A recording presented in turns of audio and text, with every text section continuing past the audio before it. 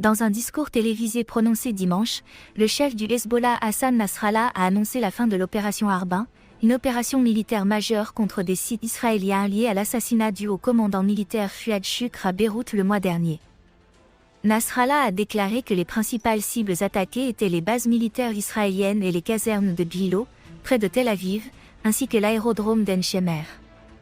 Nasrallah a déclaré qu'il serait satisfait de l'opération s'ils étaient satisfaits des résultats, autrement ils se réservaient le droit de réagir et ont appelé le peuple libanais à retourner à leur quotidien et dans leurs habitations. Nous allons suivre en raison du secret de ce qui s'est passé dans ces deux bases, en particulier à Glilo. Nous allons suivre nos sources et les informations que nous obtiendrons. Si le résultat est satisfaisant et atteint l'objectif visé, nous considérons que la réponse à l'assassinat de monsieur le commandant Haj Mohsin et au ciblage de la banlieue est déterminée. Et si le résultat n'est pas suffisant à nos yeux, nous nous réservons actuellement le droit de répondre jusqu'à un autre moment. Selon Nasrallah, le report de l'opération militaire visait à reprendre les négociations, à la lumière de l'échec des pourparlers à Doha et au Caire.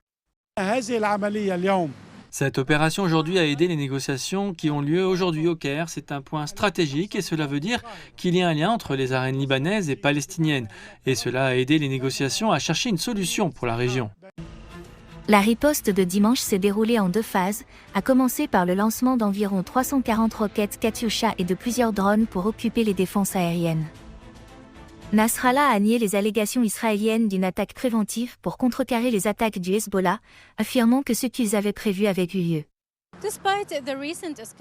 En dépit de la récente escalade entre le Hezbollah et Israël, les médiateurs internationaux travaillent sans relâche pour éviter un conflit plus large dans la région.